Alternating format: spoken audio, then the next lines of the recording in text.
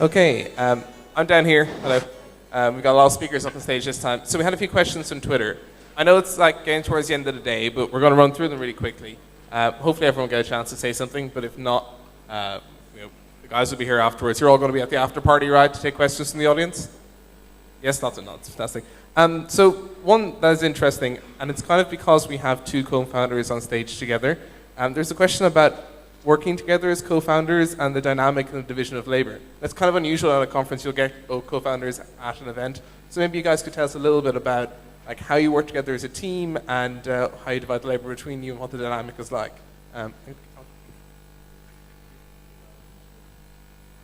start and go for. We had this discussion before during coffee break. I think it's working together as co-founders is a pretty hard thing, and I don't think it works for everybody. I think for us, we kind of grew into that relationship rather than anything else. It took us a long time to find funding.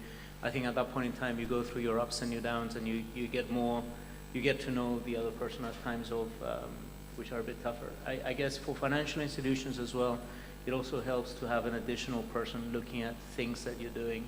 So typically what we do is one of us will take the lead with something that needs to be done, and the second person will take almost the audit function, if you like. And it is something customary. I mean, you look at Deutsche Bank now has two CEOs. Goldman has traditionally been run by two people, or different divisions have been run that way. It's not something that VCs encourage. So for those of you thinking of going to speak to investors, typically VCs will turn back and say, no, we want to see one person. But for us, it seems to be working. I don't know if you want to add something. I think that the advice you get is contradictory. Some people say launching your own company, it's a very lonely road, you need company. And one of the people we met earlier in our journey, I used to say that one of the things I regret in my own sort of startup is that I was on my own and I had to go through all this shit on my own. And at the same time, you get the advice of, oh yeah, you have to define roles, and you almost like, you hear entrepreneurs speaking like if they are 40-year-old civil servants from Cyprus. It doesn't matter. At the end of the day, allow your company to evolve and allow your roles to evolve. Don't be bogged down by names or I'm the CTO, I'm the CEO, whatever. And frankly, that's one of, as Alexis said, one of the few things you can get taught by some of the best investment banks. You can ignore all of their advice, but one of the things you should not ignore is how they evolved. You talk to private equity firms or hedge funds or VCs, and you have a group of people deciding. The only thing I would say, definitely no. 2 people is fine, maybe 3, but beyond that, we hate seeing companies like 5, 6 buddies from college saying we're all the same. I guess, unless you want to run some kind of communist or cooperative thing, but other than that, 2 is probably fine. Another question that came up was about attitudes to failure in Europe, and I know, Andrei, you talked a lot about your first 2 companies, or you mentioned them that didn't go so well, and Costas, you have had a relentless attitude to getting the product out there. Do you think there's a good or bad attitude to failure in Europe, and if it's bad, is it improving? Maybe, Andrei, you could... So yeah, I do believe that compared to the States, we are afraid of failure in Europe.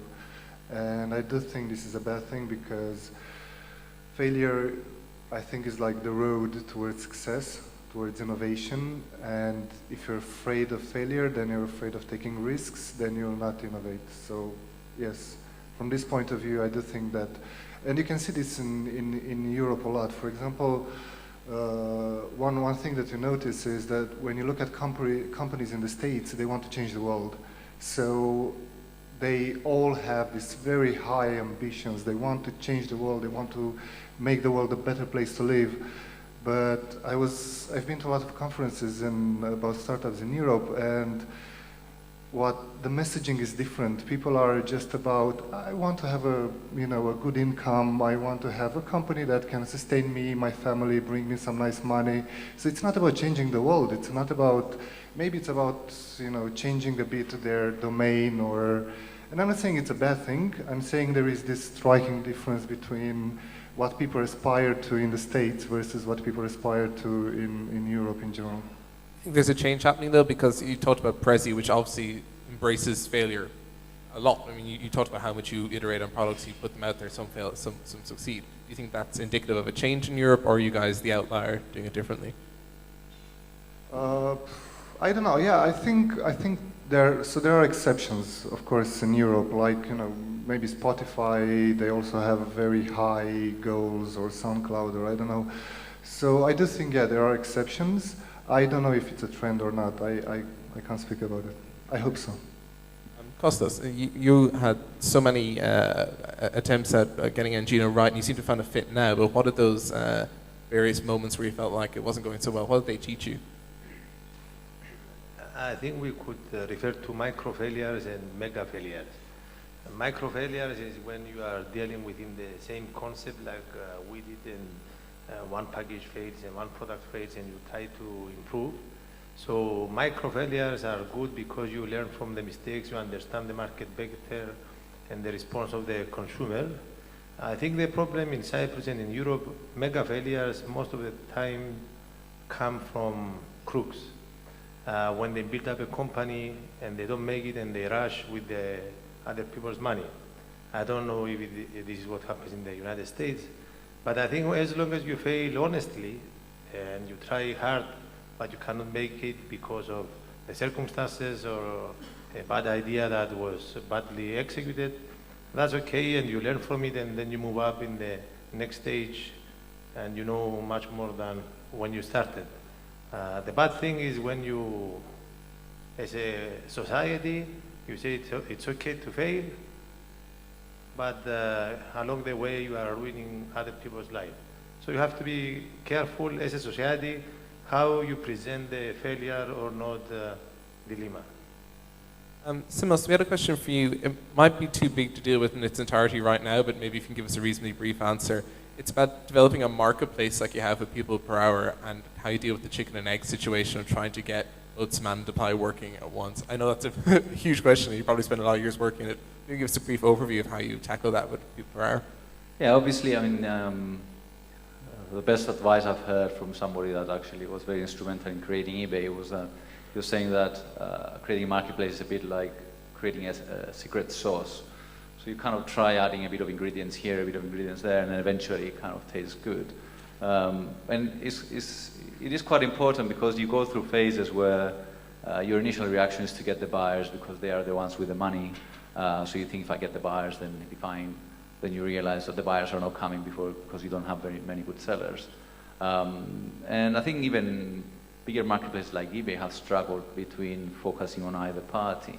So it does kind of swing. I think you can't really be focused on everybody all the time, but you have to be able to measure things and quickly understand what's really limiting you. So if you're not getting buyers, for example, you might think that there's something wrong with your marketing efforts and kind of pump more money into marketing, whereas in reality there might be people coming and not finding great talent on the side, which means that you have to do more effort on the seller side.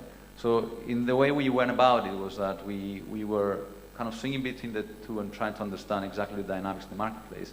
And also, maybe it's not very well known, but we started by a very vertical niche.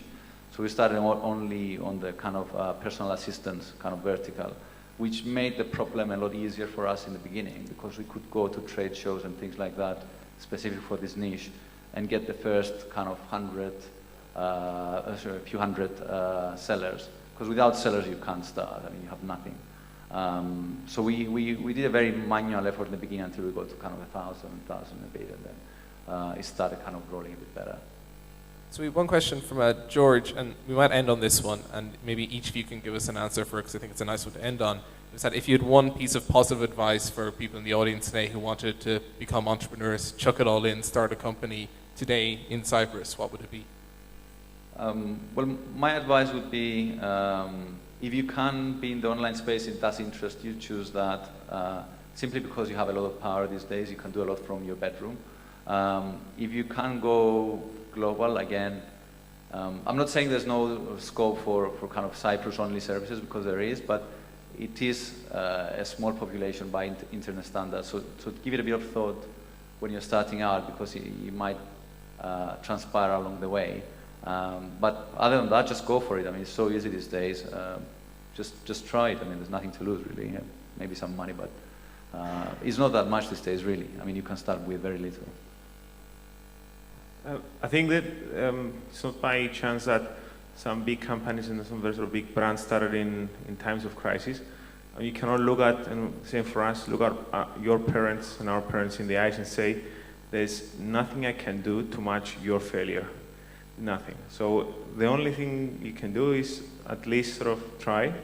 The world is your oyster.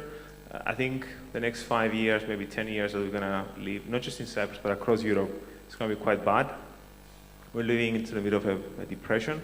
So I guess you can use your startup, you can use your microcosmos to feel good about what you're doing, build something worthwhile, and then live your dream.